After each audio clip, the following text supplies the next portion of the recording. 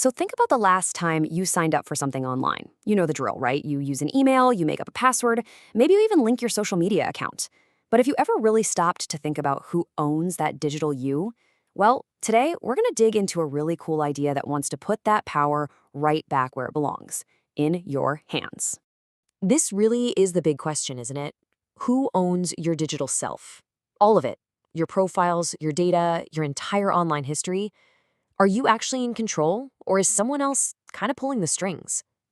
It's a huge question, and honestly, the answer from most of us right now might not be what you think. And there it is. That's the core of the issue. We're essentially just borrowing our online identities from these giant platforms. We're playing in their sandbox, and we have to play by their rules. But what if we could build our own sandbox?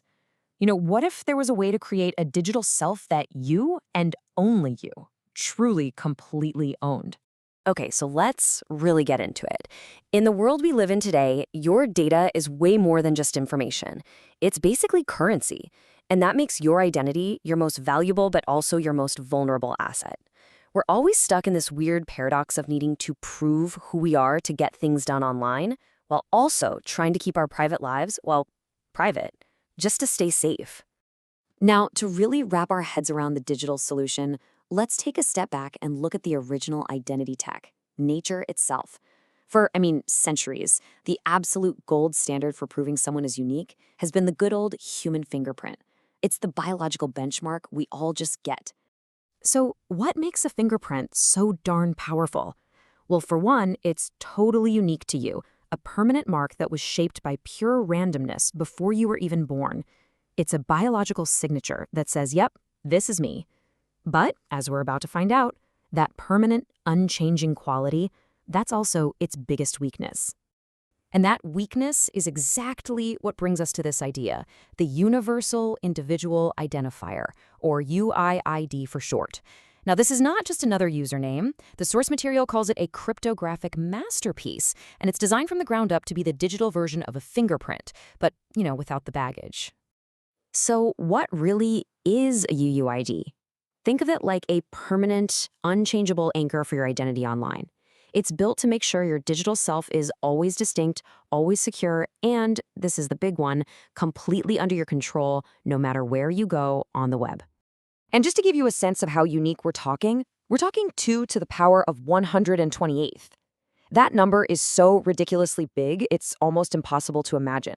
It's more than all the grains of sand on every beach on Earth.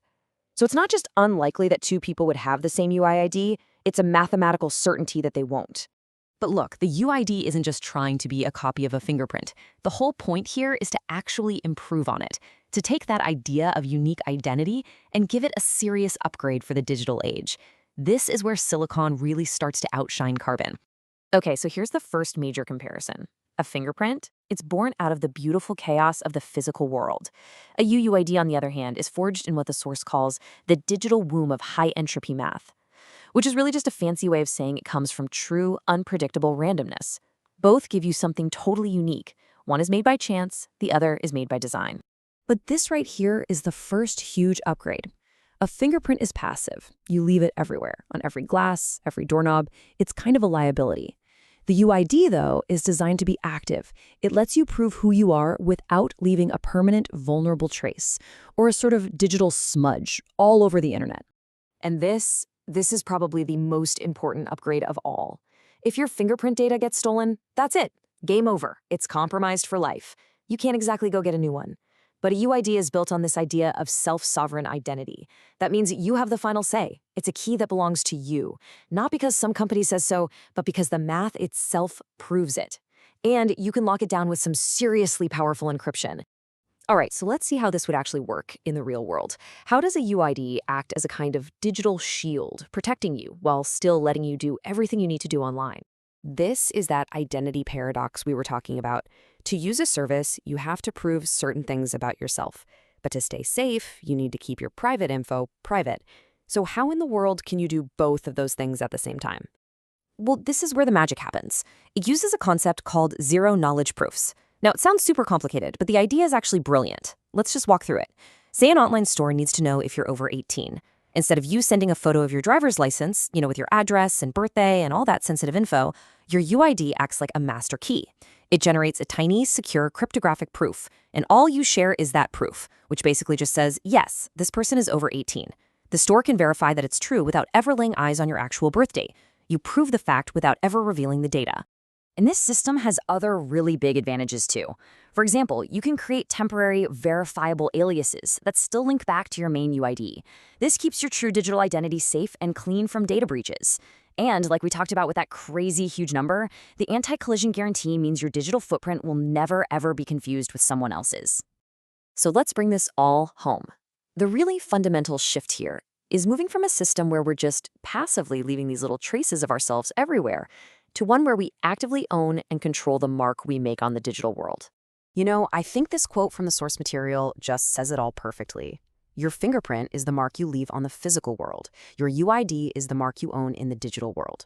One is just a passive trace you can't control. The other is a sovereign signature that is provably, mathematically yours. And that's really the beautiful difference, isn't it? The fingerprint is this amazing accident of biology. The UIID is a deliberate, elegant solution that was born from mathematics and human logic, designed specifically for the world we live in right now. And that leaves us with this final thought to chew on. In a digital world where absolutely anything can be copied over and over again, where our data is constantly being collected and sold, the idea of owning something that is truly uniquely yours is more important than ever. So the question isn't just a technical one, it's personal. What would it mean for you to have a digital fingerprint that you, and only you, truly owned?